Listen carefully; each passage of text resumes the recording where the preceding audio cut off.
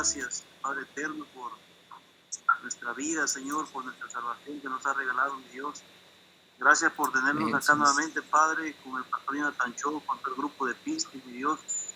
Gracias, Padre, porque su amor es grande, Señor, tu misericordia es grande, Padre, lo vemos en nuestra vida, Señor, cada día, Padre eterno. Gracias, Señor. Nosotros a esta hora lo alabamos, lo bendecimos, Señor, le damos gloria y honra a usted, Señor.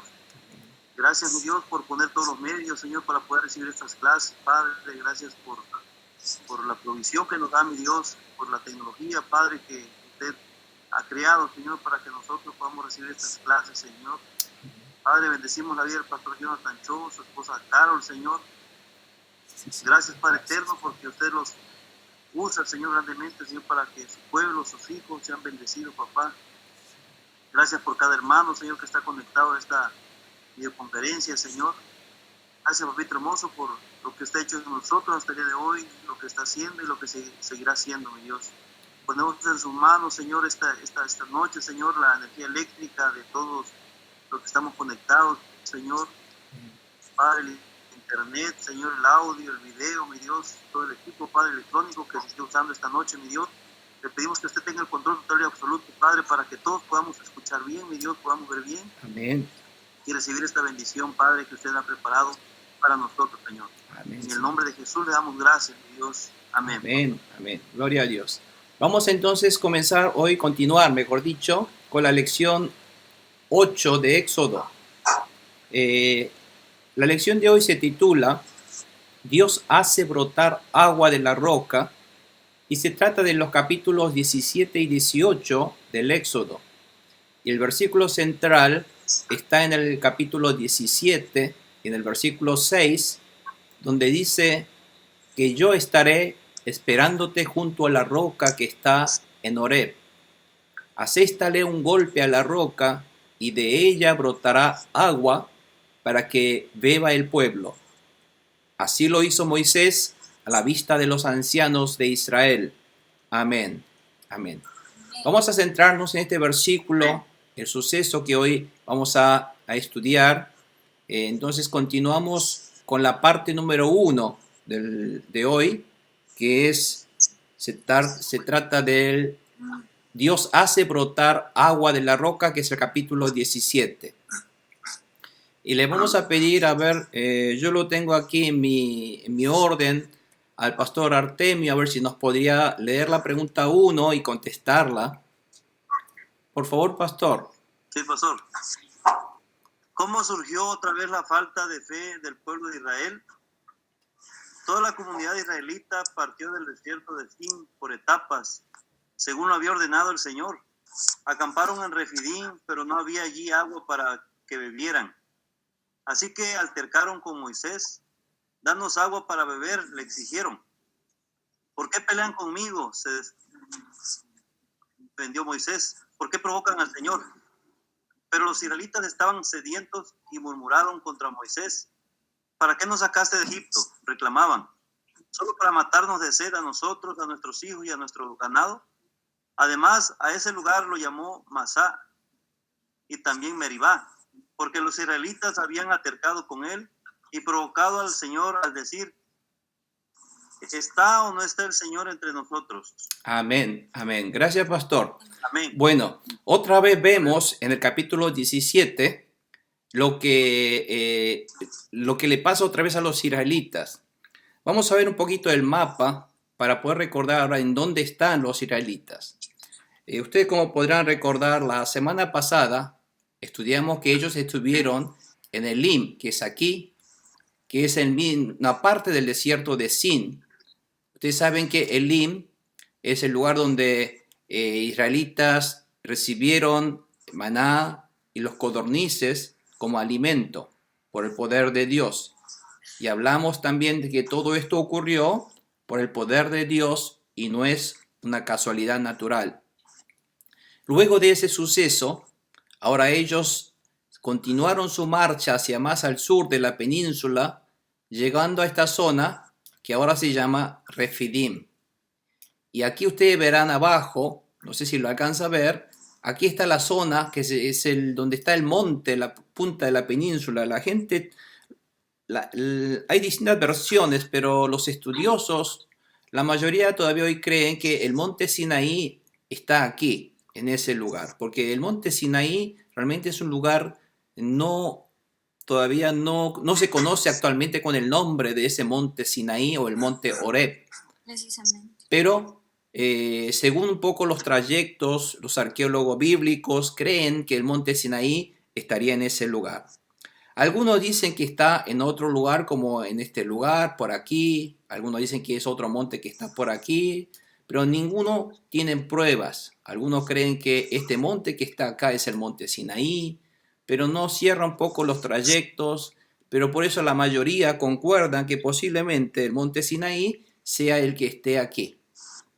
Bueno, entonces hoy estamos hablando en este lugar, el Refidim, donde ocurre este suceso de brotar agua de la roca donde el Señor señala. Entonces estamos ubicados en el mapa y en el tiempo. Ustedes saben que este hecho histórico del Éxodo ocurrió por los años 1440 aproximadamente. Algunos hablan de 1446 antes de Cristo. Por lo tanto, en realidad no es algo tan remoto comparado con los sucesos ocurridos como el Arca de Noé. ¿Ustedes saben en qué año fue construido la pirámide y la esfinge egipcia? La pirámide egipcia o la esfinge datan del 2600 a.C. Por lo tanto, este hecho que estamos viendo ahora, el Éxodo ocurrió 2200 años luego. Por lo tanto, es mucho más moderno. O sea que lo que estamos aprendiendo, hermanos, no es algo una historia tan remota, sino es una historia tan cercana y es un hecho verídico donde el Señor abrió ese mar del Mar Rojo y hizo todos estos milagros. Porque nuestro Dios es el de siempre y es el Dios que está aquí en esta noche con nosotros y es un Dios del milagro. Porque nosotros creemos en ese Dios sobrenatural, todopoderoso, que hace milagros en nuestra vida, que ejerce, que demuestra su poder en nuestra vida. Pero vamos a ver cuál es el problema de los israelitas en este caso. Como recién el pastor acaba de leer, la pregunta es ¿cómo surgió otra vez la falta de fe del pueblo de Israel? O sea, el problema que le está señalando es la falta de fe. Entonces el problema que está teniendo el problema de los israelitas otra vez es el problema de la falta de fe. Ahora vamos a ver cómo se manifestó esa falta de fe. Porque llegaron a la zona del Refidim. Ustedes saben que ahora están acampados en el Refidim. Pero ¿qué problema surgió aquí? Que allí no había agua para beber. Ese era el problema. Entonces, ¿qué hicieron los israelitas? Se acercaron a Moisés y altercaron con Moisés, dice. O sea que empezaron a protestar y a pelear con Moisés. Y a protestar a Moisés. Sí, Y a decirle a Moisés dice, danos agua para beber. ¿A quién le está diciendo? A Moisés. Y le exigieron. ¿Por qué? Entonces Moisés se defendía diciendo, pero ¿por qué pelean conmigo? Entonces ellos creían que el problema lo está provocando en su vida Moisés. Porque aquí le dice, ¿para qué nos sacaste de Egipto? Nosotros estábamos tan bien allí, estábamos tan cómodos comiendo, si bien ellos no estaban tan cómodos y tan contentos, estaban viviendo una vida de esclavos. Morían, eran azotados, morían trabajando, morían del cansancio del trabajo. Así que era ardua la vida allí en Egipto. Ellos todavía así, Dios los ha sacado de esa esclavitud y se queja y protesta contra Moisés diciendo, ¿para qué nos sacaste de Egipto? ¿Por qué dicen esto? Porque los israelitas estaban sedientos, porque tenían sed, tenían una necesidad corporal, carnal. Entonces empezaron a murmurar y a protestar contra Moisés. ¿Y Moisés qué dice? ¿Por qué provocan al Señor? Porque ustedes están protestando no contra mí, sino están protestando contra el Señor, contra Dios. Aquí el problema es que los israelitas creen que el que los sacó de Egipto fue Moisés, porque le contesta a Moisés, ¿por qué nos sacaste de Egipto? No, porque ellos creen que el que está con ellos es Moisés y no Dios. Y esa pregunta, o sea, esa fe, podemos ver aquí cuando dice, ¿está o no el Señor entre nosotros? O sea, ellos dudan si Dios está con ellos o no.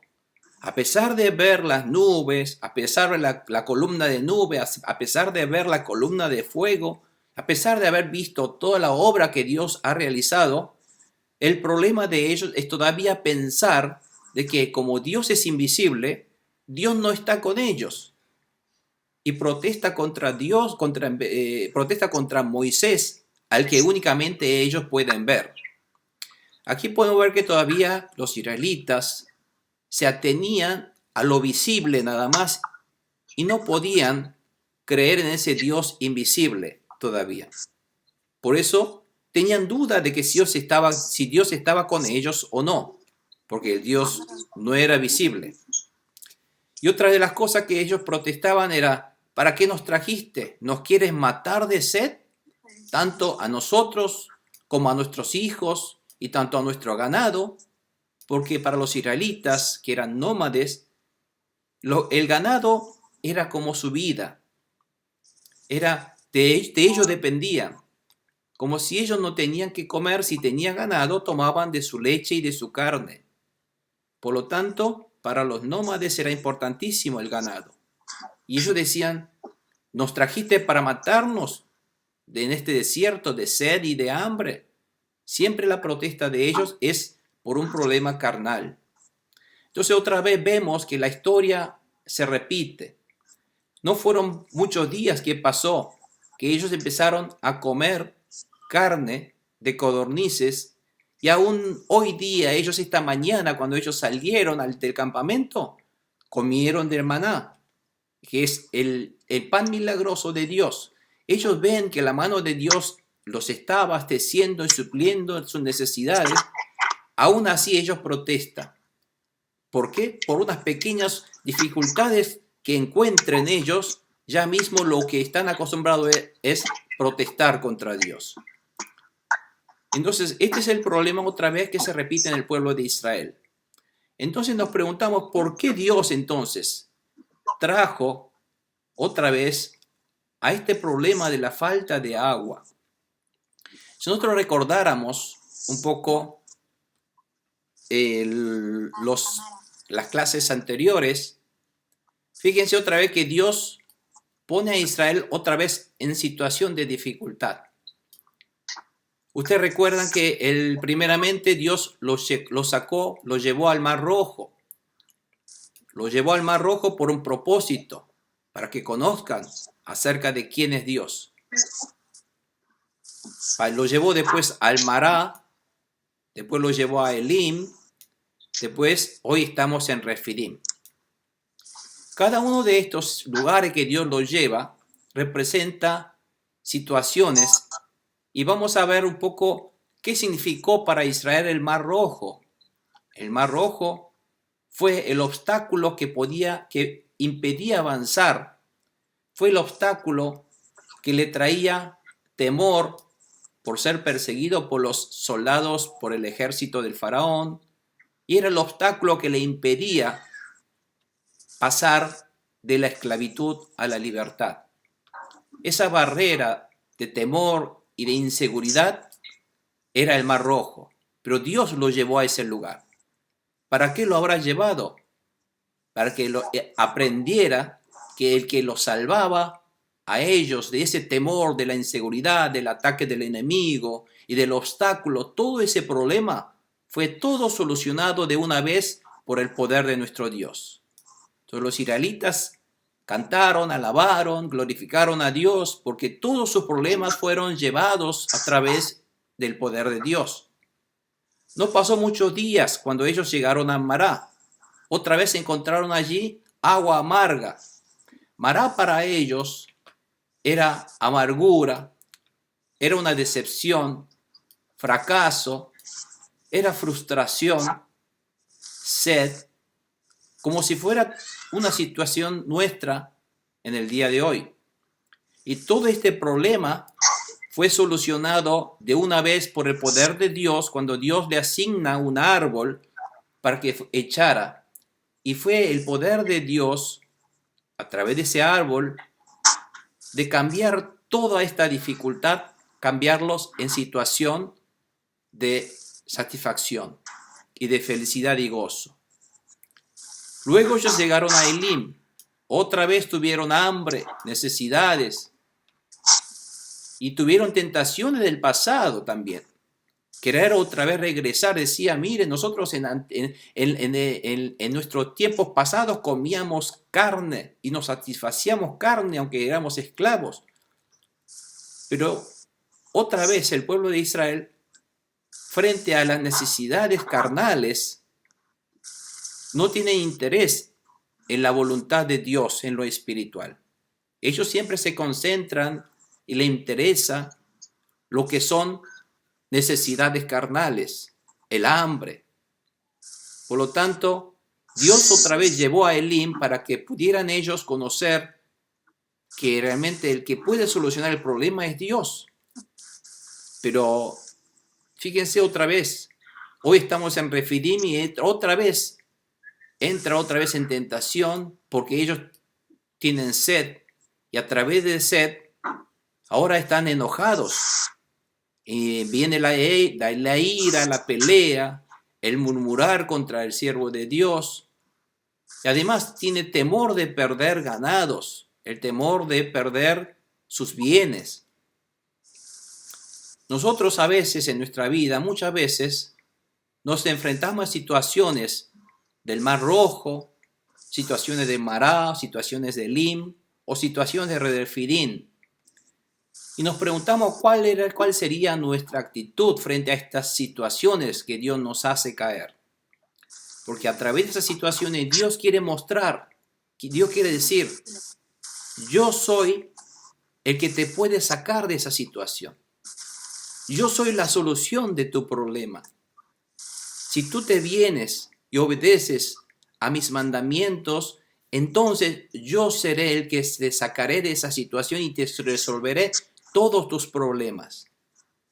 Esa era la intención de Dios hacia Israel. Como hoy día también, Dios quiere que nosotros aprendamos que solamente Dios puede solucionar todos mis problemas. Y el lugar, aquí la palabra dice que lo llamó Masá, que la Masá en hebreo significa tentación, y también Meribá, que significa enfrentamiento, pelea, contienda. Entonces, ese lugar ocurre otra vez esta situación de tensión del pueblo de Israel y protesta contra Dios. Y fíjense, no sé, yo cada vez que veo esto digo, los israelitas serán cortos de memoria, a pesar de haber pasado por todo esto, todavía no se dan cuenta. Es que como que Dios sigue dando esas situaciones, sigue otra vez haciendo, a pesar de que ahora yo entiendo por qué Dios sigue llevando a situaciones como Mará, Elim, Refidim, y todavía sigue dando esas situaciones, porque este pueblo no aprende.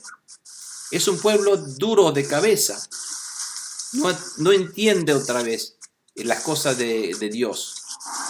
Entonces, cuanto más rápido queramos ser bendecidos, debemos entonces aprender rápidamente y dejar atrás todas estas situaciones.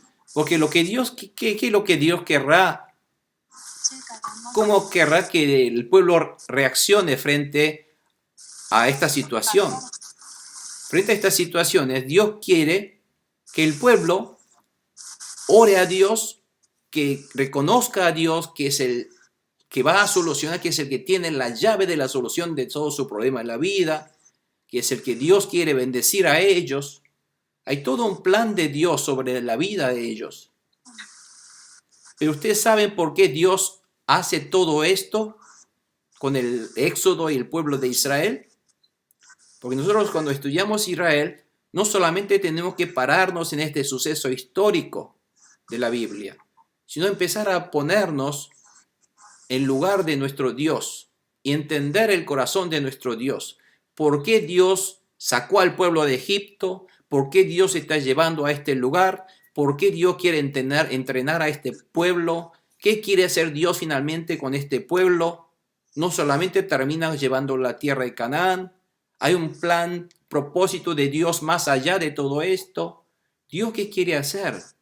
Dios lo que quiere hacer es formar todo un pueblo que a través de su descendencia nazca Jesucristo y que Jesucristo sea el Salvador que nos saque de la garra del enemigo, del dominio del Satanás y de sus enemigos diablos, y que nos haga nuestra vida hoy día feliz y libre a través de la verdad y el poder de la palabra de Dios.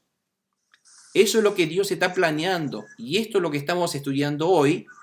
Es el inicio, es el comienzo de ese gran plan maestro de Dios que nos llega hasta nosotros el día de hoy a través de nuestro Señor Jesucristo. O sea que esta historia no termina aquí. Esta es una historia que comienza y termina en mí hasta el día de hoy a través de Jesucristo. Por lo tanto, ahora vamos a ver con ese principio, con esa perspectiva de Dios, para poder entender por qué Dios hizo lo que hoy hizo. Porque si no tenemos esa perspectiva, terminaríamos entendiendo que si esto simplemente fue un suceso de milagro de Dios y terminó ahí, punto. No, Dios cuando hizo esta obra hoy, tenía un plan mucho más allá, que llegaba hacia nosotros.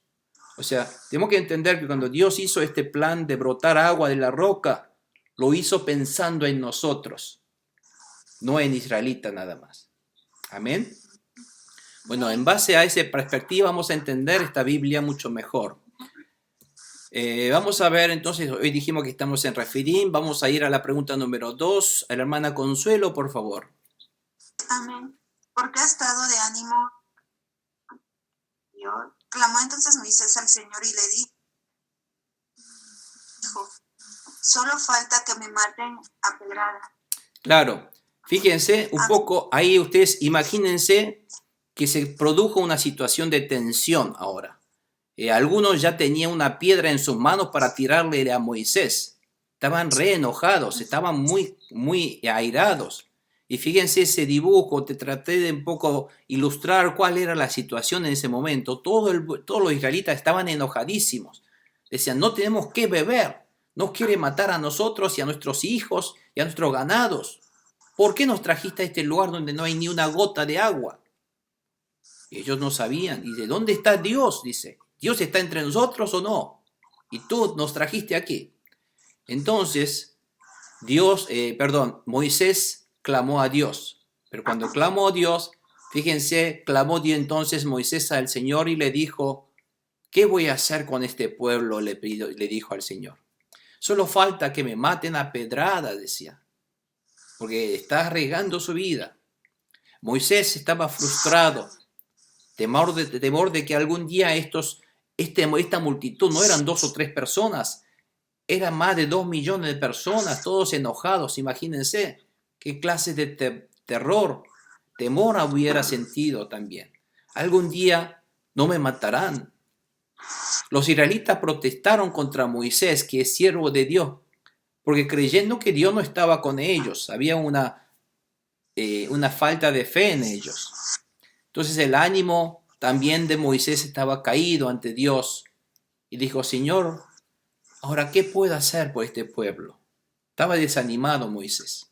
Vamos a ver cómo contesta Dios entonces a él. Hermana Lucero, por favor. ¿Cómo demostró Dios que Él estaba entre ellos? ¿Quién es este Dios quien hace brotar agua de la roca? Adelántate el pueblo, le aconsejó el Señor, y llévate contigo a algunos ancianos de Israel, pero lleva también la vara con que golpeaste el Nilo. Ponte en marcha, que yo estaré esperándote junto a la roca que está en Horeb. Haced acércale un golpe a la roca y de ella brotará agua para que beba el pueblo. Así lo hizo Moisés a la vista de los ancianos de Israel. Además, a ese lugar lo llamó Masa y también Meriba, porque los israelitas habían altercado con él y provocado al Señor al decir, está o no está el Señor entre nosotros. Amén. Fíjense, gracias hermana.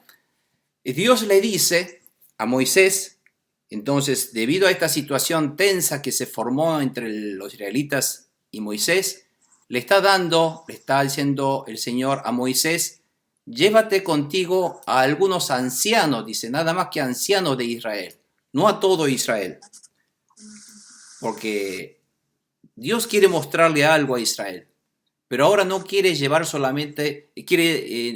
no quiere llevar a todo Israel, sino solamente a algunos ancianos. Pero también dice que lleve no solo ancianos, también lleve la vara. Los israelitas tenían como líderes en ese momento a unos ancianos. Según las 12 tribus de Israel, tenía un total de 70 ancianos, la Biblia dice. Pero no llevaron a los 70, porque acá dice algunos ancianos. Posiblemente lo haya llevado a algunos de ellos los que más influencia tenían sobre Israel, pero también llevaba la vara, dice. Porque ¿qué es la vara? La vara era lo que Moisés tenía en su mano desde Medián. ¿Se acuerda cuando él criaba ganados en Medián? Era de Moisés. Pero cuando él tenía esa vara en su mano, Dios le dijo, tira esa vara. Cuando se encontró con Dios en el monte Sinaí o en el monte Horeb, Dios le dijo, tira esa vara. Y cuando él tiró su vara, y cuando la presencia de Dios, el poder de Dios, utilizó esa vara para mostrar quién era Dios y se convirtió en serpiente. Y cuando le dice que tomara otra vez la vara, se convirtió otra vez en la vara de Moisés. Y además, con esa vara, mostró que Dios estaba siempre con él, el poder de Dios lo acompaña.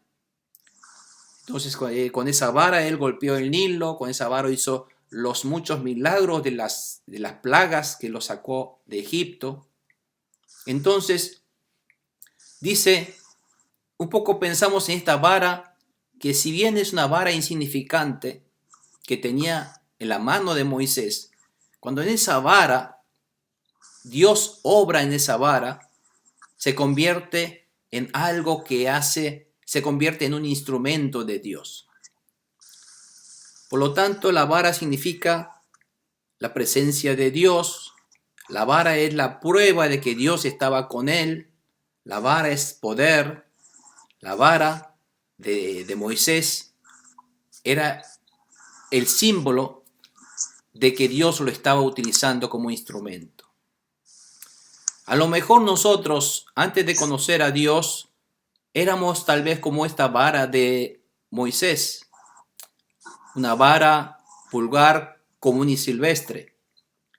Pero cuando esa vara, que éramos nosotros, fue tocado por el poder de la gracia de nuestro Dios, nos convertimos realmente en algún instrumento de poder de Dios para mostrar a la gente el poder y la gloria de Dios. Por lo tanto, nosotros podemos ser, la vara muestra como algo tan insignificante que éramos nosotros, podemos ser un instrumento maravilloso de Dios cuando Dios está con nosotros. Nosotros nos convertimos en un instrumento maravilloso, poderoso de Dios cuando Dios está con nosotros. Entonces Dios quiere que la vara esté con él cuando vaya a ver a la roca. Con esa vara con que golpeaste el Nilo, dice. Ponte en marcha, que yo estaré esperándote junto a la roca. Bueno, aquí parecería como que Dios estaría al lado de la roca, pero en otras versiones, por ejemplo en la Reina Valera, habla que Dios estaba sobre la roca. Ahora, sobre esta roca, que está en dónde, la roca dónde está.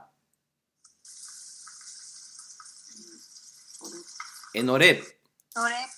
Y Horeb, ¿se acuerdan qué era Horeb? ¿Dónde era Horeb? Era el monte donde Dios había llamado con la zarza ardiente a Moisés. Y cuando Dios había dado a Moisés esa misión de sacar al pueblo de Israel de Egipto. Además, donde Dios, ahí en el capítulo 3 de Éxodo 3:12, le está dando a Moisés la promesa de que sacaré a mi pueblo, al pueblo de Israel de Egipto, lo traeré a este monte Horeb para que me adoren, dice. Y Dios cumple esa promesa. Y para hacerlo, Dios los trajo ahora a este lugar. Pero ahora está en este momento en Refidim. Refidim es un lugar un poco antes de Horeb. Como ustedes recordarán en el mapa aquí, Refidim, el monte Sinaí, que es el monte Horeb, queda aquí. Entonces lo que está haciendo ahora, el pueblo está en Refidim, Dios hace llevar a Moisés a los ancianos hasta el monte Sinaí, donde Dios se va a manifestar su gloria. Entonces llegaron con los ancianos al monte en Horeb. Y dice, cuando veas allí, va a haber una roca, dale un golpe a la roca, y de ella brotará agua para que beba el pueblo. Y así lo hizo Moisés, a la vista de los ancianos de Israel, donde Israel se da cuenta otra vez que Dios es capaz, un Dios del milagro, capaz de hacer brotar agua donde no hay agua. Agua generalmente puede brotar de algún manantial, de algún oasis, pero no de una roca que no tenía nada de agua. Por lo tanto, fíjense, por ejemplo, aquí hay una ilustración donde lo que hubiera ocurrido en ese lugar. Los ancianos de Israel, los líderes, vieron que Moisés golpeó con esa vara a la roca y de la roca empezó a brotar agua. Y esto ocurrió no mucho tiempo atrás, hermanos, solamente 1400 años antes de Cristo. Y este poder de Dios ocurrió frente a los ojos de estos incrédulos ancianos de Israel. Para Dios mostrarle su autoridad, para Dios mostrarle que es un Dios del milagro, para que nuestro Dios, en Él no hay nada imposible. Nuestro Dios es el Dios que creó este universo con su palabra. Amén. Entonces Dios muestra a esta roca donde con la vara golpeada empieza a brotar agua para dar vida, para continuar y dar vida a Israel. Ahora nos preguntamos, hermanos, ¿por qué Dios hace este tipo de milagros aquí en este lugar y de esa forma lo hace? ¿Por qué precisamente? Porque hay un mensaje en todo esto que Dios quiere mostrar. Si nosotros vemos otra vez en este hecho donde hace brotar agua de la roca. Ahora yo le pregunto a ustedes, dice, yo estaré esperando sobre la roca, dice. No es junto, en otra versión dice sobre la roca. Y esta roca, ¿quién representa la roca, hermanos? ¿Quién es la roca? ¿Quién está representado como roca? Jesús. Jesús. En el Nuevo Testamento, Jesús es la roca, ¿no es cierto? Amén. Porque nuestro Dios, Jesús, no hay cambios en Él. Él es firme, Él es fuerte. Él es eterno. Entonces, a este Jesús lo está representando también como una roca. Y esta roca fue dado un golpe a la roca. Fíjense, fue golpeada la roca. Entonces, de ella, de la roca, ¿qué brotó? Agua para que beba el pueblo. Nuestro Señor Jesucristo es la roca. De esa roca que es nuestro Señor Jesucristo, también brotó agua viva para que viva el pueblo hoy día. Es decir, que Jesús es el que fue golpeado y de él brotó agua viva para que toda la humanidad pudiera ser bebida de esa agua viva y recibir vida. Amén. En realidad, ¿quién debía ser golpeado, hermanos? Los israelitas tenían que ser golpeados en realidad por protestar contra Dios. Pero realmente aquí el que fue golpeado fue la roca en el lugar de los israelitas. Fue Jesucristo quien fue sufrido, no nosotros quien debíamos sufrir, sino Jesús fue quien fue golpeado, fue crucificado, fue azotado. Por lo tanto, Dios está mostrando a través de este hecho otra vez el plan magro de nuestro Dios de enviar a la roca, Señor Jesucristo, para que sea golpeado en la cruz de Calvario y para que a través de ese golpe de la roca brotara el agua que dé vida a la humanidad.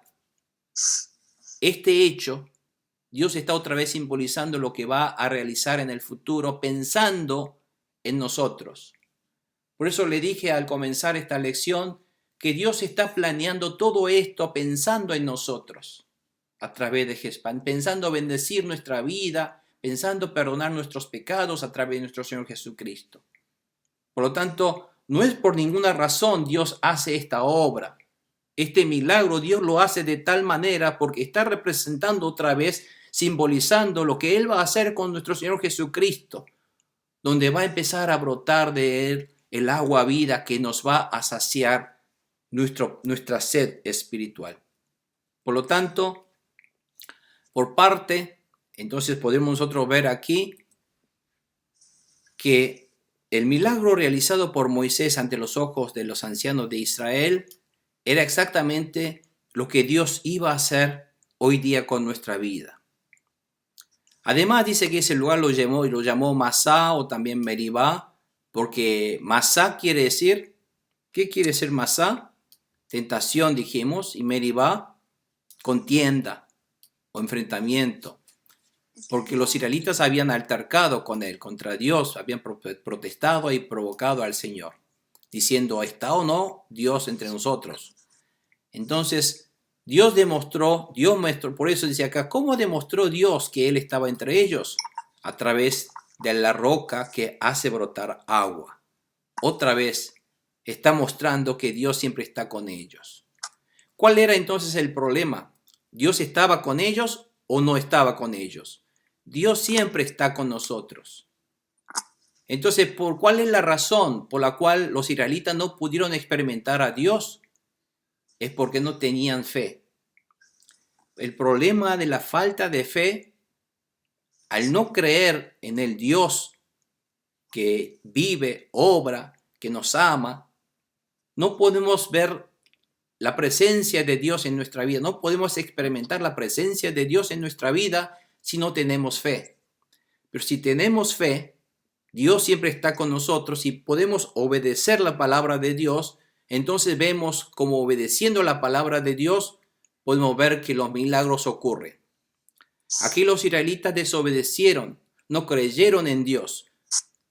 No sabían, no creyeron que Dios estaba con ellos. Pero el que sí obedeció la palabra de Dios, ir con la vara.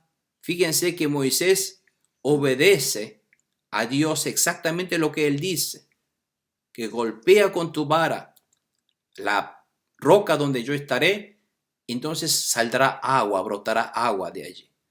Todo lo que está diciendo Dios realmente es ilógico. Una persona con pensamiento lógico no lo podría entender ni lo obedecería.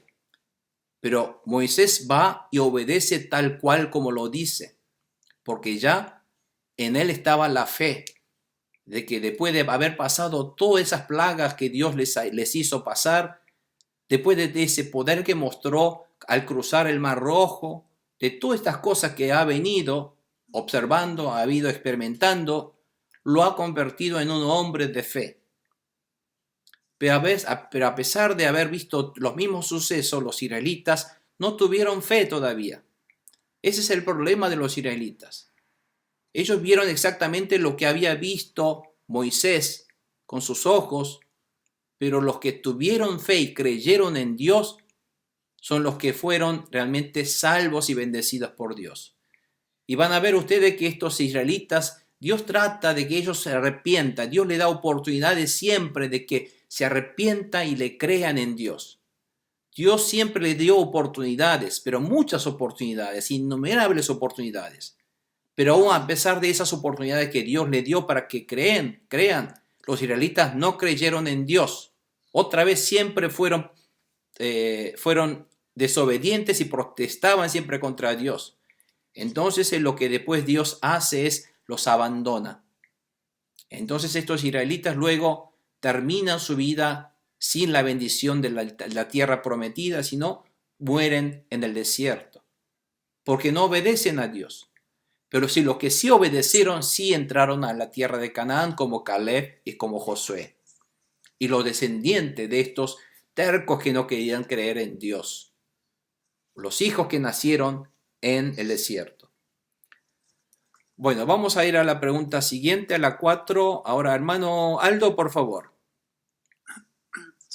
¿Cómo fue posible que Israel triunfara en su primera guerra? Medite aquí sobre el papel y la función de los colaboradores de Moisés. Los amalecitas vinieron al Refidín y atacaron a los israelitas.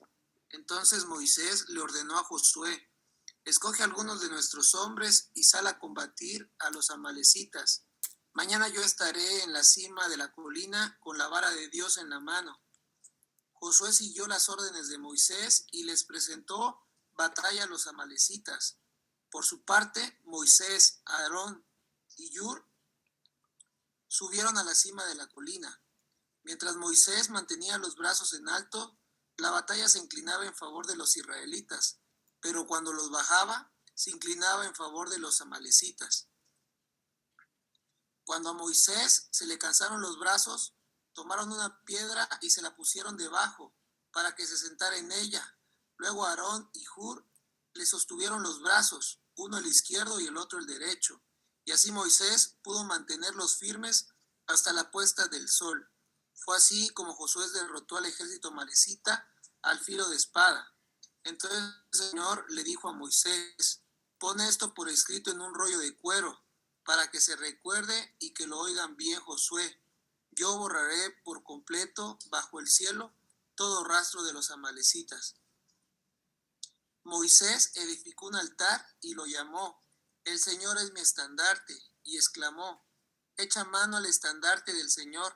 La guerra del Señor contra Amalec será de generación en generación. Amén, amén. Gracias, hermano Aldo. Bueno, hemos llegado a este suceso increíble en la Biblia del Antiguo Testamento, la famosa batalla contra los amalecitas. ¿Qué eran los amalecitas? Bueno, los amalecitas eran unos bandidos, un grupo, que vamos a ver un poco en el mapa dónde estaban ellos. Ustedes saben muy bien que hoy están en Refidín. Los amalecitas generalmente habitaban toda esta zona al sur de la península del desierto de Negev. Pero todo como esta era una zona desértica, donde no había población, ellos siempre habitaban por toda esta, o sea, deambulaban por toda esta zona del desierto y eran como ladrones del desierto. Era un grupo guerrero que siempre saqueaba y atacaba a las caravanas de esa época. Era un grupo guerrero que empezaba a atacar a los que pasaban por allí. Y ellos tenían sus ídolos, no creían en Dios. Por lo tanto, luego Dios dice que los va a aniquilar a estos amalecitas, que siempre fueron enemigos que molestaron al pueblo de Israel cuando deambulaban por el desierto. Cuando estaban siempre por el desierto, fueron siempre atacados y molestados por los amalecitas. E inclusive cuando entraron a la tierra de Canaán, allá arriba, también ellos atacaban y molestaban. Estaban donde estaban, siempre fueron molestados por ellos. Entonces, ellos son el pueblo con quien libró batalla. Ahora, ¿no les parece extraño que justamente por qué la Biblia, ni bien terminó de resolver el problema de agua, lo primero que después empieza a narrar la Biblia es que fueron atacados por los amalecitas. Vinieron a Refidim y atacaron a los israelitas. ¿Por qué Dios habla de que de repente cuando fueron saciados, habla del ataque de los enemigos israelitas? Esto un poco muestra de que cuando nosotros estamos en desobediencia a Dios, siempre somos atacados por los enemigos. Ahora vamos a ver, ustedes van a ver cuando nosotros, siempre cuando estudiamos la Biblia, siempre cuando los israelitas desobedecieron a Dios, fueron atacados por los enemigos. Desobediencia a Dios, atacado por los enemigos. Entonces ellos se arrepienten, piden perdón a Dios y le pide a Dios que los salve, entonces Dios los salva. Cuando Dios los salva, otra vez se olvida de la gracia de Dios y luego otra vez se quejan y desobedecen a la palabra de Dios. Entonces inmediatamente otra vez son atacados por los enemigos, tanto sean amalecitas, filisteos o algunos de otros enemigos que andaban por allí. Y luego vuelve otra vez a repetir la historia. Esto nos da a entender muchas cosas, en especial aún hoy día también en nuestra vida espiritual. Cuando nosotros desobedecemos a Dios, a la palabra de Dios, el primero que entra a atacar en nuestro corazón es el enemigo. El enemigo siempre no nos deja tranquilos, nos molesta cuando nosotros desobedecemos la palabra de Dios. Y cuando nosotros estamos obedeciendo, fieles a la palabra de Dios, los enemigos nunca atacaron a Israel. Eso indica que cuando está obedeciendo a Dios, Dios protegía a Israel contra los enemigos. Hoy día también, si nosotros obedecemos a la palabra de Dios, obedecemos a los mandamientos de Dios y amamos a Dios, entonces, ¿quién nos protege a nosotros del enemigo? Dios nos protege. Es el mensaje de que hoy día el secreto del éxito nuestro es la obediencia a la palabra de Dios. Entonces Dios nos ama. Si Dios nos ama, ¿cómo no nos va a proteger nuestro Dios? Por lo tanto, acá hay una moraleja muy importante de recordar, que los israelitas siempre fueron atacados cuando desobedecieron. Pero cuando fueron atacados por los enemigos, siempre quien los salvó de los enemigos fue Dios, a través de sus hombres de fe. En este caso de Moisés, de Josué y de Hur. Entonces Dios hace su obra cuando nosotros obedecemos a su palabra. Entonces ustedes podrán ver que en la palabra de hoy ocurrió, todo esto lo explica en muchas palabras, pero acá lo importante es recordar quiénes intervinieron. Aquí vemos el nombre de Moisés, quien oró por su parte contra la batalla de los amalecitas. También estuvo ¿quién? Josué, quien obedeció, fue a pelear con ellos. Pero al lado de Moisés, ¿quién estuvo? Estuvo Aarón y Hur asistiéndolo a él. Entonces, estas son las personas que aparecieron y fíjense cómo ganaron la batalla. En la figura, en el dibujo que ustedes ven aquí está Moisés levantando su brazo. Cuando levantaba su brazo, veía que los israelitas ganaban la batalla. Entonces, cuando bajaba su brazo, perdía la batalla. Entonces, ¿qué hizo? Levantó sus manos. Pero el hecho de levantar la mano, ¿qué simboliza levantar la mano? Levantar la mano es confiar en el Dios Todopoderoso. Nosotros levantamos la mano para declarar que Dios es el que obra en nuestra vida. Glorificamos a Dios. Entonces, eso es lo que Dios quiere que nosotros hagamos hoy día. Este símbolo de levantar la mano, como lo está haciendo Moisés, simboliza que Dios es el que está peleando por nosotros. Dios es el que actúa.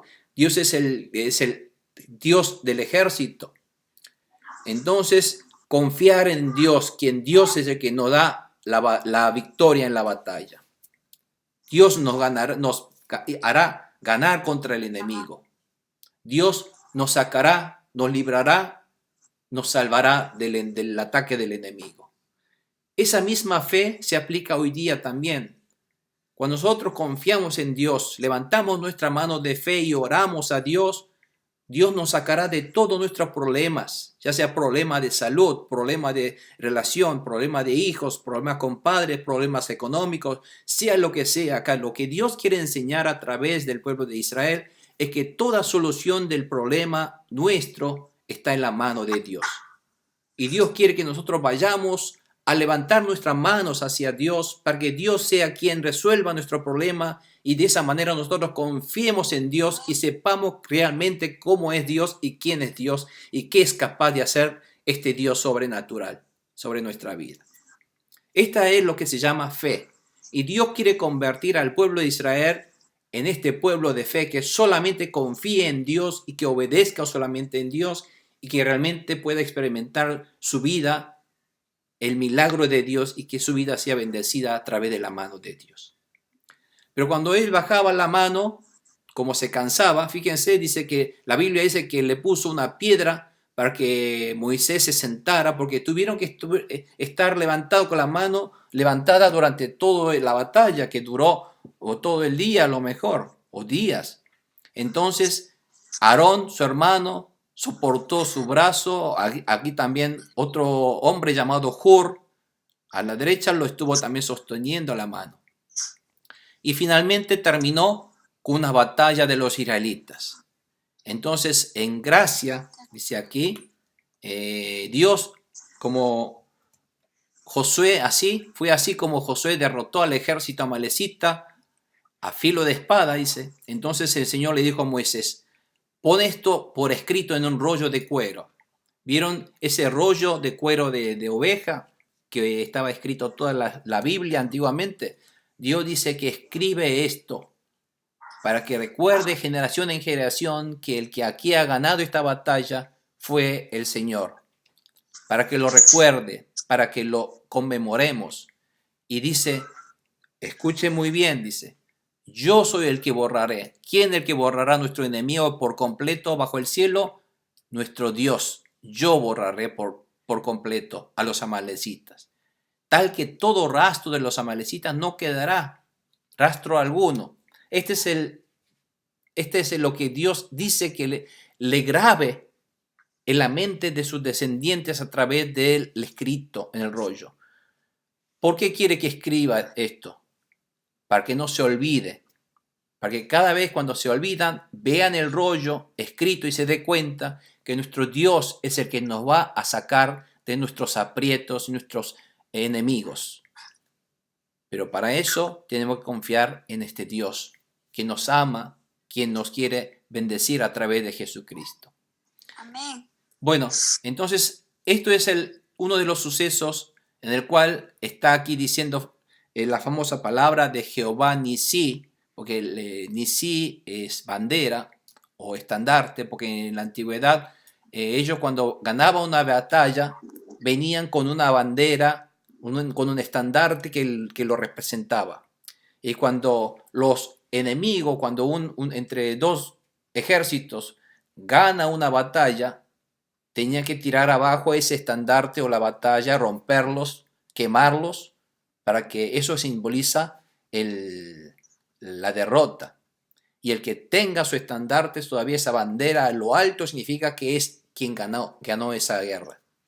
Y aquí dice quién es el estandarte, quién es el símbolo de la victoria. Dios, Jehová, es el estandarte, es mi bandera. Por eso de ahí sale la palabra Jehová Nisí, en otra versión, el Señor es mi estandarte, Jehová es mi bandera. Amén.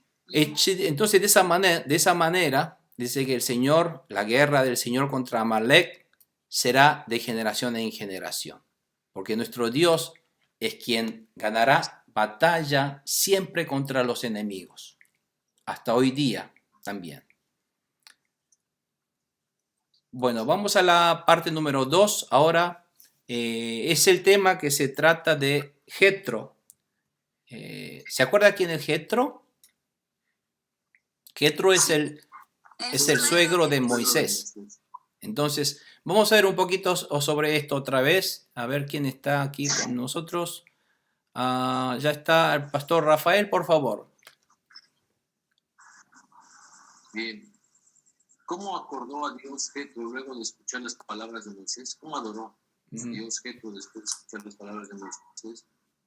Todo lo que Dios había hecho por Moisés y por su pueblo Israel y la manera como el Señor había sacado a Israel de Egipto, llegó a oídos de Jetro, sacerdote de Madián y suegro de Moisés. Cuando Moisés despidió a Séfora, su esposa, Jetro la recibió a ella y a sus 2 hijos. Uno de ellos se llamaba Gersón, porque dijo Moisés: soy un extranjero en tierra extraña. Y el otro se llamaba Eliezer, porque dijo: el Dios de mi padre me ayudó y me salvó de la espada del faraón. Jetro fue al desierto para ver a Moisés, que estaba acampando junto a la montaña de Dios. Lo acompañaban la esposa y los hijos de Moisés. Jetro le había avisado: yo, tu suegro Jetro, voy a verte. Me acompañan tu esposa y tus 2 hijos. Moisés salió al encuentro de su suegro, se inclinó delante de él y lo besó. Luego de intercambiar saludos y desearse lo mejor, entraron en la tienda de campaña. Allí Moisés le contó a su suegro todo lo que el Señor les había hecho al faraón y a los egipcios en favor de Israel, todas las dificultades con que se habían encontrado en el camino y cómo el Señor los había salvado. Jetro se alegró de saber que el Señor había tratado bien a Israel y lo había rescatado del poder de los egipcios. Y exclamó: alabado sea el Señor que los salvó a ustedes del poder de los egipcios. Alabado sea el que salvó a los israelitas del poder opresor del faraón. Ahora sé que el Señor es más grande que todos los dioses, por lo que hizo a quienes trataron a Israel con arrogancia. Dicho esto, Jetro le presentó a Dios un holocausto y otros sacrificios. Y Aarón y todos los ancianos de Israel se sentaron a comer con el suegro de Moisés, presencia de Dios. Amén, amén. Gracias, pastor. Vamos a un poco, es poco largo, pero vamos a ver un poquito por partes este suceso y por qué la Biblia intercala esta visita del suegro de Moisés a Moisés al pueblo. Primeramente vamos a hablar de quién es este señor Jetro y que viene de la tierra de Madián. Vamos a ver un poco otra vez, volvemos al mapa que habíamos visto antes. Ustedes recordarán que Madián está aquí. Los madianitas son los descendientes en realidad también de Abraham. Si ustedes leen allí por el capítulo 25, creo que es 25 de Génesis, los madianitas son los descendientes de la tercera esposa de Abraham. Y ellos llegaron a vivir, vinieron de Hebrón, toda esta zona, empezaron a habitar esta zona del desierto. Y aquí habla de una persona llamado Jetro. Jetro dice que era un sacerdote de Madián. Los madianitas no adoraban a Jehová, al Dios de sus antepasados. Ellos tenían su propio ídolo. Y aparentemente Madián era un sacerdote que rendía culto a este ídolo. Pero cuando Moisés fue echado en realidad cuando fue fugitivo por su asesinato de un egipcio, de Ramsés de Egipto, se escapó a un lugar lejos, tan lejos que vino hasta aquí y vino a vivir a la tierra de Madián, donde se conoció a su esposa Séfora y vivió durante 40 años en este lugar, donde tuvo un primer hijo. Hoy habla de que su primer hijo se llamó Gersón. Gersón significa significa extraño, son es aquí, por lo tanto él dice que yo soy extraño aquí, porque vivió 40 años como un extraño en esta tierra desconocida de Madián, de los extraños. No era siempre bienvenido, era siempre considerado un foráneo. Entonces, Ellos estaban en este momento, ¿en dónde? En Refidim. Y Jetro, no sabemos cómo, no sé si habrá cruzado por aquí, con una barca, o se habrá dado toda una vuelta para venir aquí, que son también una semana de caminata, más o menos, pero se vino a ver a Moisés. Eso es un poco lo que está diciendo en la palabra del versículo que estamos acabando de leer. Y dice aquí de que cuando se acuerdan cuando Moisés, después de 40 años, quiero que recuerden un poquito, cuando Moisés se fue de Madián para responder al llamado de Dios después del monte Horeb, porque Dios lo mandó a que sacara al pueblo de Israel de Egipto. Entonces él iba con su esposa Séfora y con sus 2 hijos. El primer hijo que ya él tenía se llamaba Gersón, que aquí ustedes ven. Pero él tenía otro hijo. El otro hijo que se llamaba Eliezer. Gersón significa soy un extraño en la tierra extraña.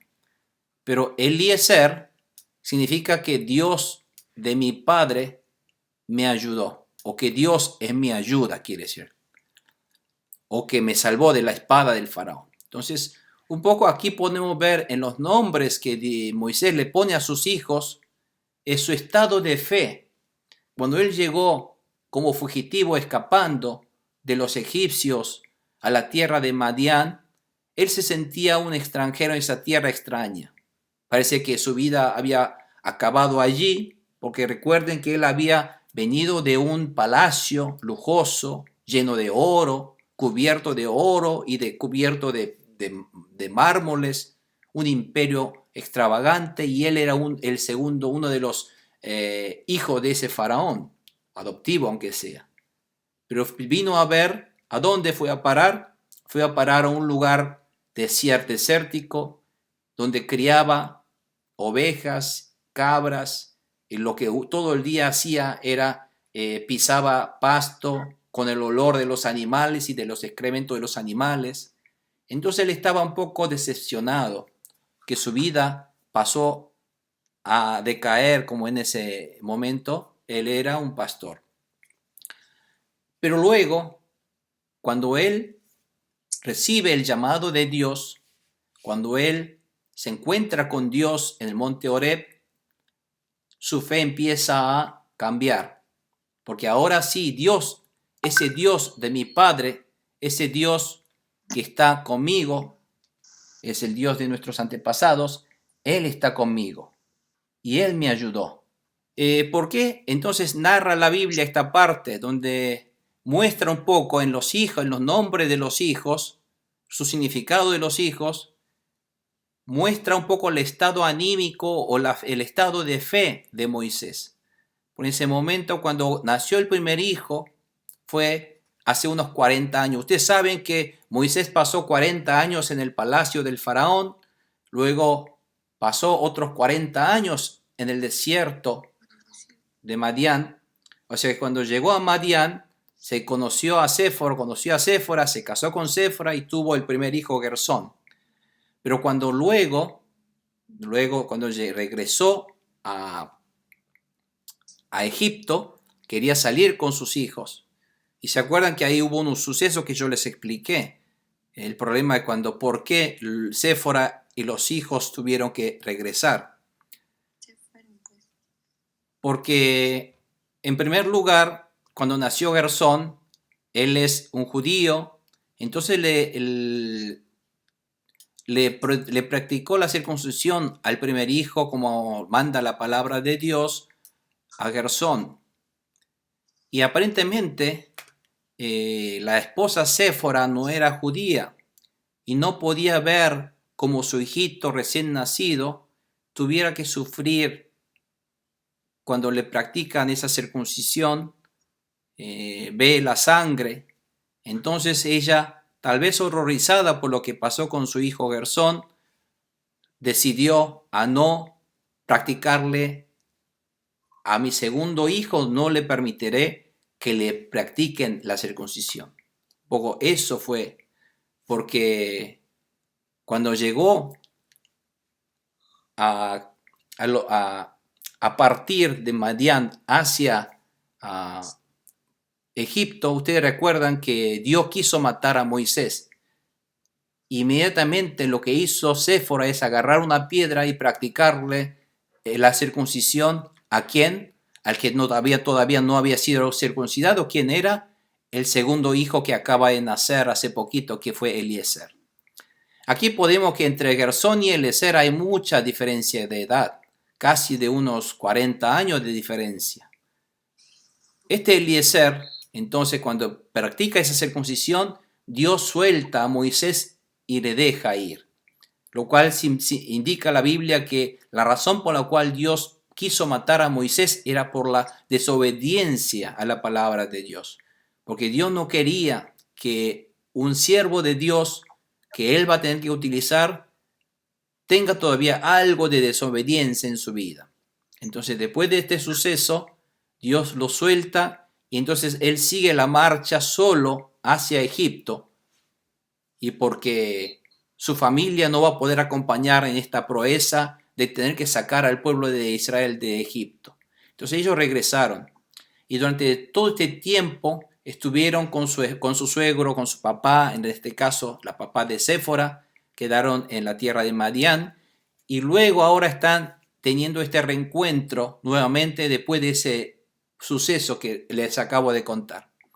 Entonces Jetro fue al desierto para ver a Moisés, dice, que tenía ya noticia de que estaba acampando junto a la montaña de Dios. Ya la montaña de Dios lo llama al monte Horeb. Entonces dice, lo acompañan, ¿quién? A él, a Jetro, la esposa Séfora y los hijos, porque acá no hay, son solamente los dos hijos de Moisés. Llegaron. Entonces Jetro llega al campamento, cerca del campamento donde estaban los israelitas. Entonces cuando llega al campamento, le dice a su siervo, ven y avísale, por favor, a Moisés, porque Moisés no sabía que él venía. Entonces van a avisarle, mire, Moisés, me dice que llegó su suegro aquí, y dice, viene acompañado de su esposa y de sus dos hijos. Entonces al escuchar esa noticia, Moisés, dice, salió inmediatamente al encuentro de su suegro y se inclinó delante de él y lo besó. Y luego de intercambiar saludos, entraron a la tienda y lo recibió. Allí entonces Moisés le contó a su suegro todo lo que el Señor le había hecho al faraón y cómo los egipcios habían dejado salir en favor de Israel, y todas las dificultades con que se había encontrado en el camino y cómo el Señor los había salvado de esas dificultades. Fíjense la fe de Moisés. Moisés está diciendo que todas esas dificultades fue el Señor, fue Dios quien nos ha salvado. Entonces, al escuchar todo este testimonio de Moisés, Jetro se alegró de saber que el Señor había tratado a Israel y que los había rescatado del poder de los egipcios y del poder del faraón.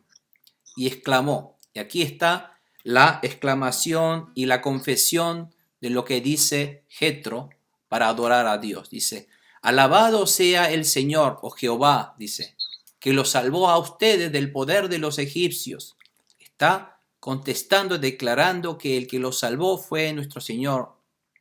Alabado sea, y así alaba, sea el que salvó a los israelitas del poder opresor del faraón. Ahora sé, fíjese ahora lo que dice, que ahora yo sé que el Señor, que Jehová, es el más grande Dios que todos los dioses. Por lo tanto, todos los otros dioses no son dioses. Lo que hizo a quienes trataron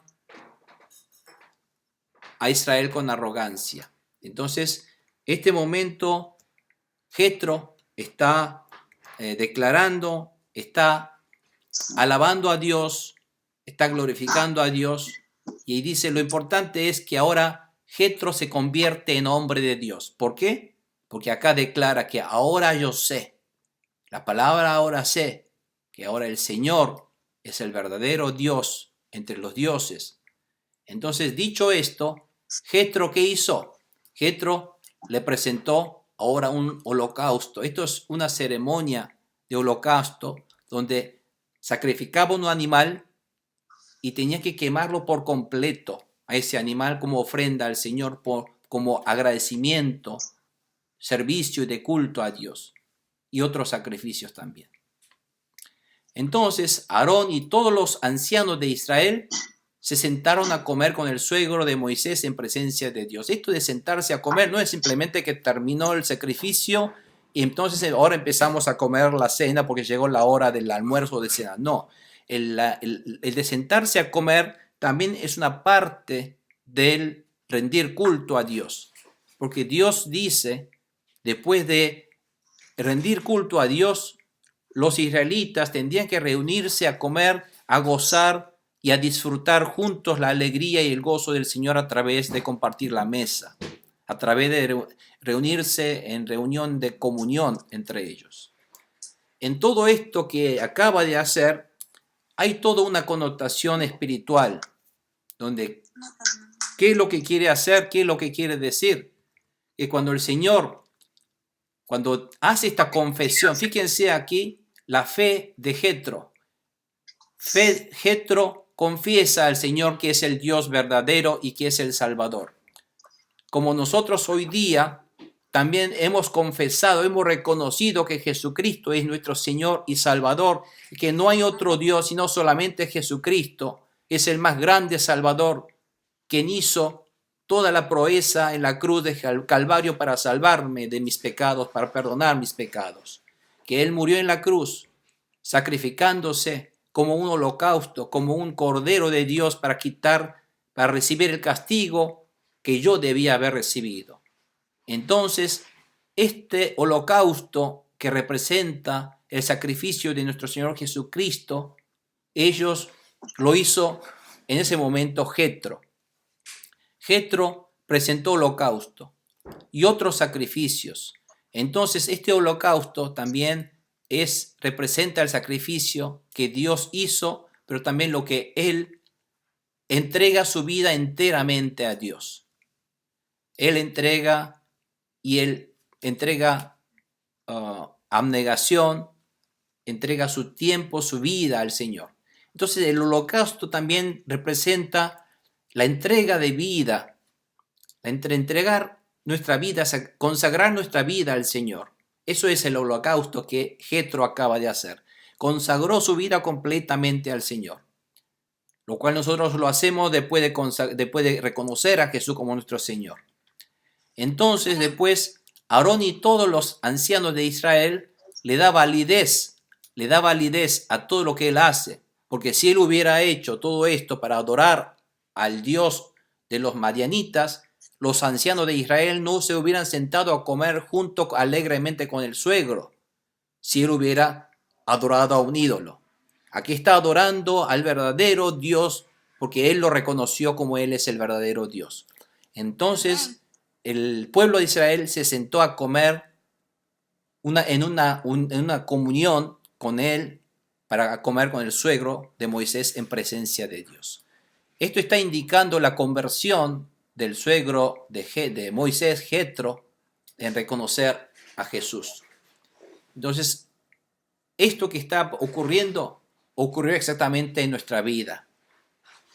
Y Dios cumple a través de este suceso hasta aquí, fíjense, cumple una etapa de la tarea que le encomendó a Moisés, el de sacar al pueblo de Israel, salvarlos del enemigo, cruzar el Mar Rojo, traer a través de todo este desierto hasta el monte Horeb, donde Dios le había prometido a Moisés en Éxodo 3:12, donde dice que yo traeré aquí a este monte de nuevo para que me adoren. Entonces, ¿Dios cumplió esta promesa, sí o no? Dios lo cumplió, porque nuestro Dios está haciendo todo un proyecto para llegar hasta el Señor Jesucristo, para salvarme. Por lo tanto, todo este éxodo es el comienzo del plan maestro de Dios. Y Dios, por supuesto, si Dios cumplió con Jesucristo, todas las cosas que hace, que dice que va a cumplir en Éxodo, por supuesto lo va a cumplir, porque nuestro Dios es fiel. Bueno, vamos a la pregunta número 2 y regresamos otra vez a la hermana Rocío, por favor, ¿está allí? ¿Me escucha, hermana Rocío? Amén. Bueno, adelante, por favor, hermana. ¿Cuál es la dificultad de Moisés cuando ayudaba al pueblo? Al día siguiente Moisés ocupó su lugar como juez del pueblo y los israelitas estuvieron de pie ante Moisés desde la mañana hasta la noche.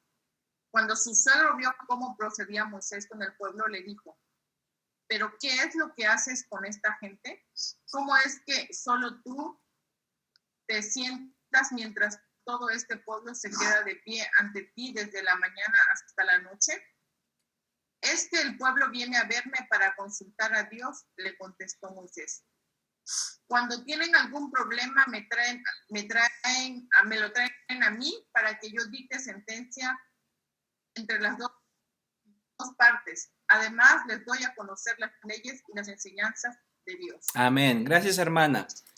Entonces, después de lo que pasó con la fiesta de sacrificio de Jetro, lo ve Jetro al día siguiente que Moisés está ocupando un lugar de juez en el pueblo. En esa antigüedad, fíjense que había 2 millones de personas. Siempre había dificultades, como se dice, disidencias. Entonces, todo ese tipo de discusiones que pueda surgir entre la gente, había alguien que tenía que decirle la sentencia de acuerdo al plan de Dios, a las enseñanzas de Dios. Y este trabajo, en ese momento, la función del juez lo cumplió Moisés. Pero resulta que cuando Moisés se sentaba, venían a él todo un pueblo y había una cola larga aparentemente, que a veces esa cola era tan larga que hasta que resuelva un problema todos estaban esperando en la fila y algunos se quedaban desde la mañana hasta la noche, porque había mucho problema que resolver. Entonces, está viendo esto, Jetro le pregunta, ¿qué estás haciendo? Entonces, él le está respondiendo que todo lo que él hace es para darle veredicto, sentencia entre las disidencias de las partes para resolver sus problemas. Entonces, un poco de esta manera era la función de Moisés. Era el líder. Aquí, fíjense en ese momento, él no es presidente, no es el rey. Simplemente era el que, según la palabra de Dios, es el que ejecutaba la palabra de Dios entre la gente. Por lo tanto, era el líder espiritual, pero no es rey, que es diferente. Entonces, de esa manera, Moisés ayudaba al pueblo en sus decisiones y para buscar a ver cuál era la manera de resolver disidencias o disputas. Vamos a ir a la pregunta número siguiente, a ver quién está aquí. Volvemos otra vez, por favor, con el pastor Artemio, por favor. Adelante, pastor. ¿Qué solución le sugirió Jetro a Moisés? No está bien lo que estás haciendo, le respondió su suegro, pues te cansas tú y se cansa la gente que te acompaña. La tarea es demasiado pesada para ti, no lo puedes desempeñar tú solo. Oye bien el consejo que voy a darte y que Dios te ayude. Tú debes presentarle los problemas que ellos tienen. A ellos lo debes instruir en las leyes y en las enseñanzas de Dios y darles a conocer la conducta que deben llevar y las obligaciones que deben cumplir. Elige tú mismo entre el pueblo hombres capaces y temerosos de Dios, amen la verdad y aborrezcan las ganancias mal habidas. Desígnalos jefes de 1,000, de 100, de 50 y de 10 personas. Serán ellos los que funjan como jueces de tiempo completo, atendiendo los casos sencillos y los casos difíciles te los traerán a ti. Eso te aligerará la carga porque te ayudarán a llevarla. Si pones esto en práctica y Dios así te lo ordena, podrás aguantar. El pueblo, por su parte, se irá a casa satisfecho. Amén, amén. Gracias, pastor. Bueno, aquí entonces el suegro de Moisés, Jetro, ve que está todo el día Moisés resolviendo problemas de la mañana hasta la noche y todavía hay gentes en fila, todavía esperando, entonces está tratando de sugerir él, ya ahora Jetro, un hombre de Dios, alguien que pasó a ser creyente en Dios, Dios le habrá dado una sabiduría a él por su edad, por su experiencia, diciendo, tú no puedes resolver todo eso. Entonces tú debes aquí, lo que quiero que ustedes presten atención, la parte subrayada. A ellos debes instruir en las leyes y en las enseñanzas de Dios. Es decir, él dice, el consejo de Jetro es crear líderes. Tú debes crear líderes que te ayuden a ti, que te asistan. Pero esos líderes que te asistan, tus subordinados, sus líderes, deben estar instruidos en las leyes de las enseñanzas de Dios. Entonces le sugiere a formar líderes instruidos por la palabra de Dios. Y también a ellos dar a conocer, enseñar la conducta que deben cumplir, cómo deben vivir sus vidas, cómo deben cumplir las obligaciones que deben cumplir de la palabra de Dios para que formen a esos líderes. Y dice, elige tú mismo entre el pueblo. ¿Y cuáles son las condiciones de ser un líder? Tienen que ser hombres capaces y temerosos en Dios. Aquel que teme a Dios y que aquel que ame a la verdad. Y las cualidades del líder de la iglesia, del líder espiritual, tiene que ser también que aborrezcan las ganancias malavidas, que aborrezcan al pecado. Entonces, ¿cuáles son las cualidades del líder? Que sean hombres capaces y temerosos de Dios, que teman a Dios y que amen a la verdad y que odien al pecado. Y designa los jefes de un grupo de 1000, de 100, de 50 y de 10 personas, o de subdividir en grupos para que ellos se dividan en grupos para que puedan simultáneamente ejercer esa tarea del juez. No todo, porque se formarían un cuello de botella en Moisés. Entonces serán ellos los que funcionen, que cumplan la función como jueces de tiempo completo, atendiendo los casos sencillos, que ellos lo hagan, los casos difíciles, que te lo traigan entonces a ti, formar una segunda instancia de juicio. Eso te aligerará la carga porque te ayudarán a llevarla. Si pones esto en práctica y Dios así te lo ordena, podrás aguantar. El pueblo por su parte se irá a casa satisfecho. Amén. Aquí podemos ver cómo Dios utiliza a Jetro para que Moisés forme también sublíderes que le asista a la tarea de servir a Dios. Lo que la Biblia enseña es que la tarea de la obra de Dios no es una obra de una sola persona.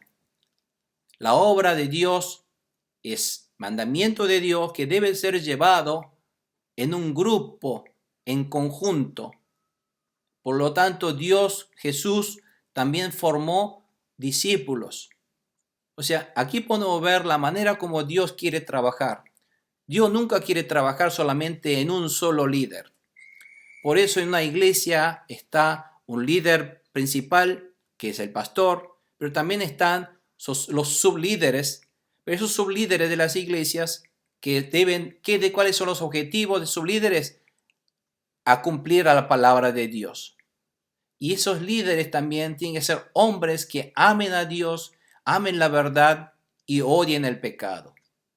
Así, una de las funciones del líder, como Moisés, como pastor, es también formar líderes, sublíderes que puedan a su vez hacer la tarea de servir a Dios en conjunto. Por eso, el tema de los colaboradores en la obra de Dios es bien bíblico.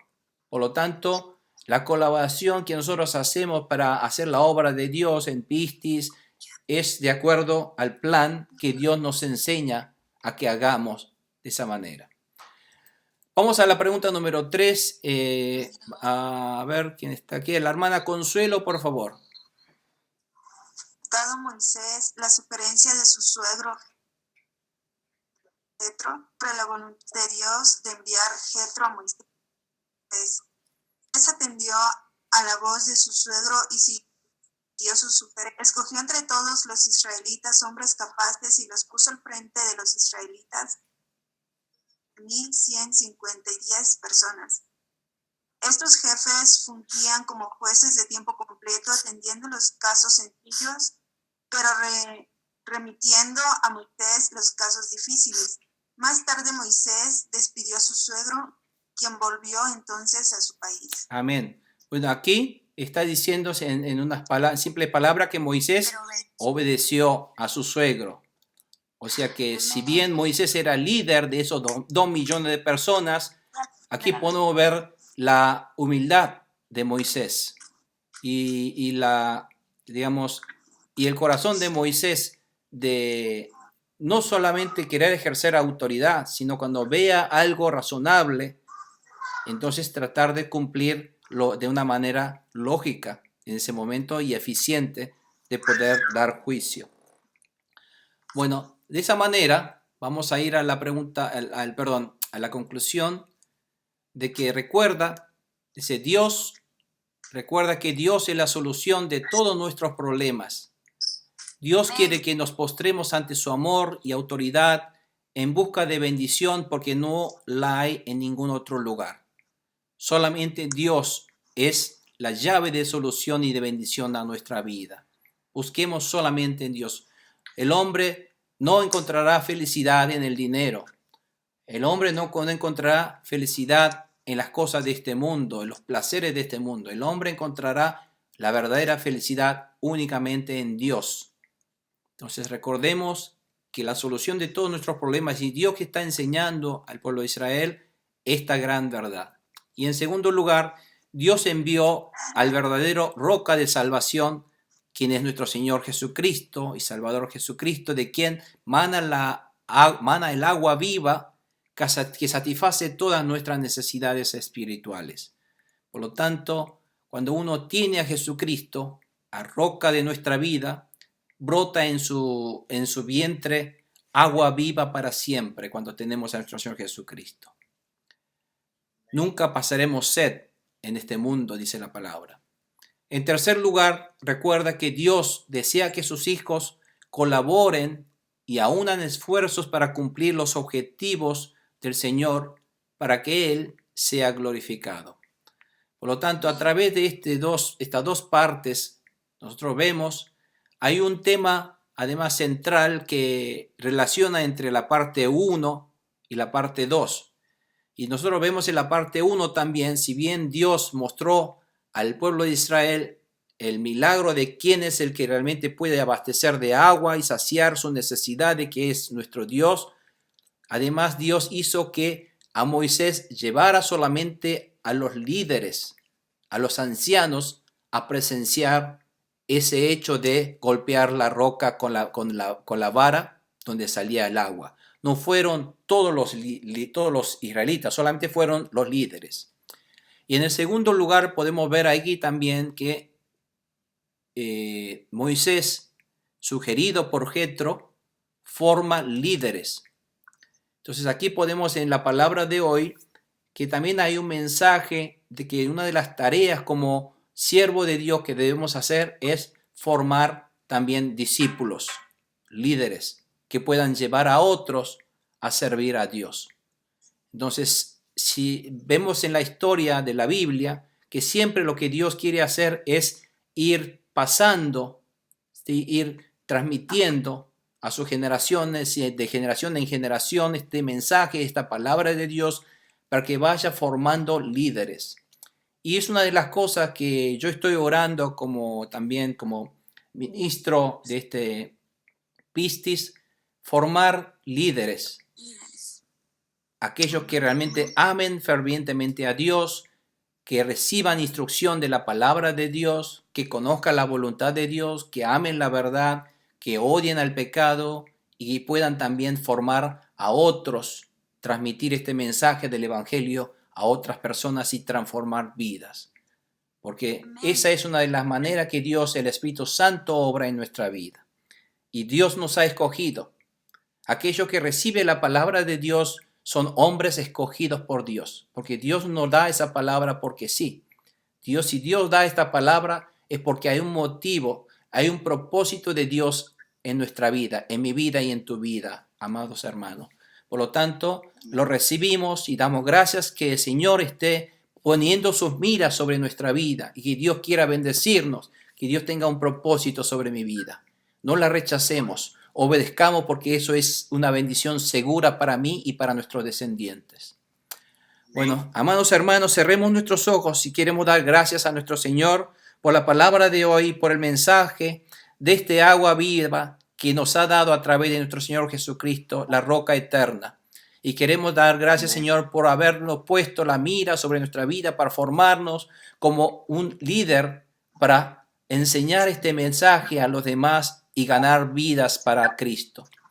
Padre Santo Celestial, Todopoderoso y amado Padre, te damos gracias en esta noche nuevamente por habernos reunido a través de este medio para que podamos recibir la bendición de tu palabra y poder transformar nuestra vida acorde a tu voluntad, Señor. Gracias por darnos este mensaje otra vez a través de la obra que has realizado en la roca, Señor, donde has derramado, donde has hecho brotar agua de un lugar donde no había agua, Señor. Porque tú eres un Dios de milagros, Señor. Sabemos que algo que nuestra mente humana, racional, dice que no puede existir, algo que nosotros decimos que es imposible, para ti es posible, mi Dios. Por eso, Señor, transforma nuestra forma de pensar, cambia nuestra forma de pensar, que en ti es todo posible, Señor. Por lo tanto, no permita que nosotros veamos nuestro alrededor, no permita que nosotros veamos situaciones, no permita que nosotros seamos aminorados, Señor, menguado nuestra fe a través de situaciones económicas o a través de situaciones sociopolíticas. Nada del entorno, Señor, cambiará, porque si tú, Dios, estás con nosotros, tú eres un Dios del milagro, Señor. Tú eres un Dios que puede cambiar situaciones de desesperación en situaciones de bendición, Señor. Tú eres el Dios del cambio. En ti, Señor, todo es posible. Si tú estás con nosotros, Señor, y si nosotros tenemos la fe de obediencia a tu palabra, Señor. Transfórmanos a través de estas palabras en hombres verdaderos de fe, Señor, como tú quieres que sea, para que nosotros podamos experimentar en nuestras vidas tu gran poder, Señor, tu gran milagro sobre nuestra vida, Señor, y podamos seguir obedeciendo y ganando más almas para ti, Señor. Conviértenos en verdaderos discípulos de Jesucristo, el Rey de Reyes que vive entre nosotros, Señor. Jesús, Señor, Jesús, te alabamos tu nombre. Gracias, Señor, otra vez en esta noche por tu sacrificio en la cruz. Y en esta noche, Señor, exaltamos tu nombre porque tú eres la roca eterna de nuestra vida. Porque tú eres la roca que nos ha dado la vida eterna a través del poder milagroso de nuestro Dios, Señor. Gracias, Señor, te damos esta noche, glorificamos tu nombre, exaltamos tu nombre y bendice la vida de tu pueblo reunido en esta noche, Señor, a través de esta palabra. Acompáñalo siempre donde vaya. Señor, tú eres el que siempre maneja sus vidas, Señor. Muestra sus caminos. Abre los caminos, Señor, que les estorban. Todo tipo de barreras y estorbos, Señor, ábrelos con tu poder, Señor. Dales esos elementos que ellos necesitan, Señor. No permitas que estén en medio de escasez, Señor. Tú eres un Dios de abundancia. Derrama tu abundancia sobre su vida, Señor, para que ellos salgan a obedecer tu palabra, Señor. Y experimentemos que cuando obedecemos tu palabra, nuestra vida pasa a ser abundante para que podamos cumplir tu propósito, Señor. No buscamos, Señor, felicidad en este mundo. Buscamos felicidad y gozo en ti, Señor, en tu palabra, en la obediencia tuya. En el nombre del Señor Jesucristo de Nazaret, los bendecimos en el nombre poderoso de Jesús. Amén. Amén. Amén.